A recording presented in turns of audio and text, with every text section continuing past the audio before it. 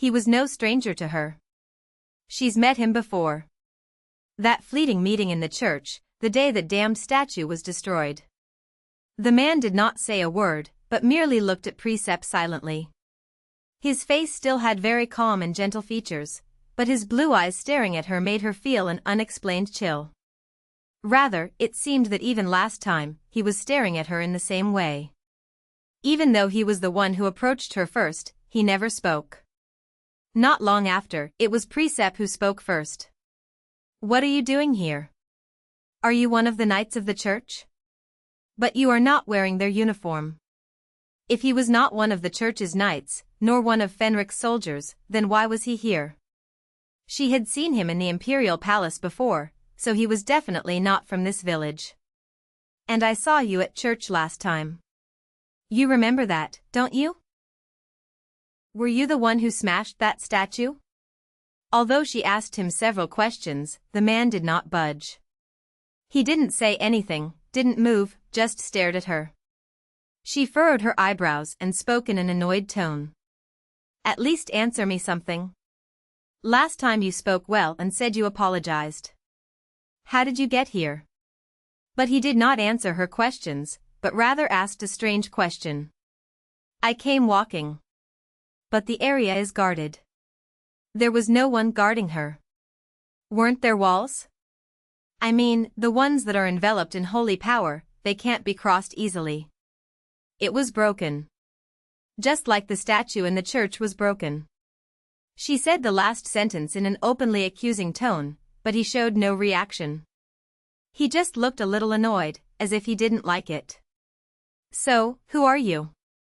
Who are you to be in the palace church, and now in this forbidden forest?" The ribbon of affection did not appear above his head. "So is he just an NPC like Fenric? But, something is different. There is a light coming out of you." "What?" "From your chest." She only carried one thing there, Nidhogg's dragon scale. "When I first found it, it was wrapped in a worn-out cloth, but it lit up a bit.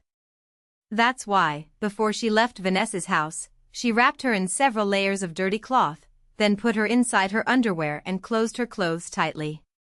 It's from a demonic creature." "Ah, most accurate description, from a dragon." I had also guessed that because creatures with scales like this are few, but he had never even seen them, so how did he know? There's no need to hide it like that. Others won't see that light. It might just look like something suspicious. Why? Things that contain remnants of demonic power or fragments of demonic creatures cannot be seen by ordinary humans. Only those with magical powers or those whose blood is mixed with the blood of demonic creatures can see the essence. "So, who are you? Is he charming?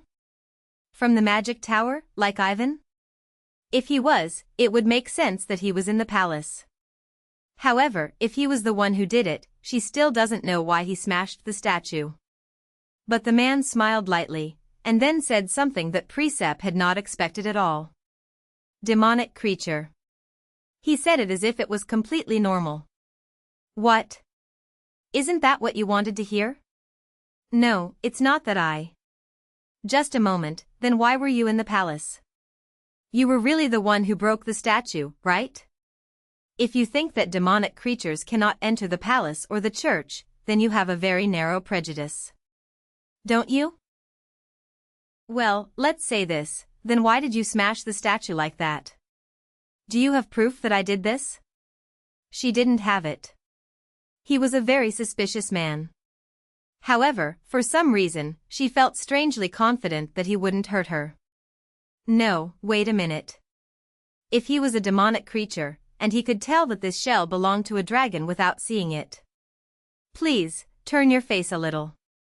Why should I? He seems to be the arrogant type. Please. Please. At those words, the man slowly turned his head, while Presepe quickly removed Nidhogg's shell from its hidden place within her chest. This is amazing. Then she extended it to the man and asked him, "It's a dragon shell." Although she thought that she might be doing something stupid in this situation, there was no one more appropriate to ask than this man. Especially if it is actually a demonic creature. To be precise, it's Nidhogg's shell. The iridescent light of the shell reflected on the man's sea-like blue eyes. Do you know who he is? And where is he now? He died. He was her father, but she had no feeling of sadness or regret.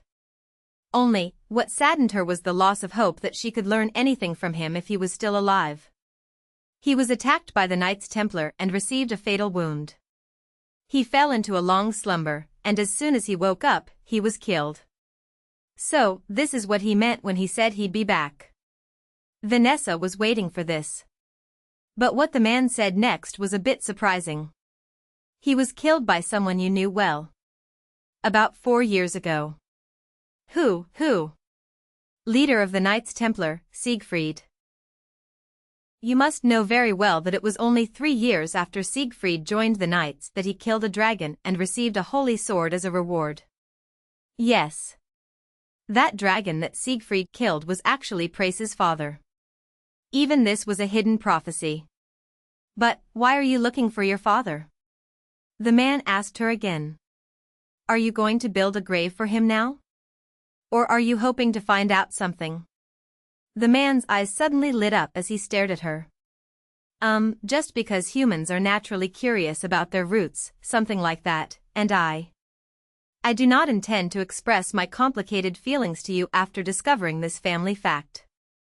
So I hope you understand, and I sincerely apologize, even though he was the one who brought up one side of this complicated family truth, she couldn't find a better excuse to make.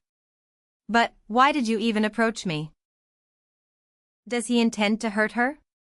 Although she did not feel any danger from him, he was a demonic creature. Their first meeting in church was a coincidence, but today it is not. He came close himself. I don't know.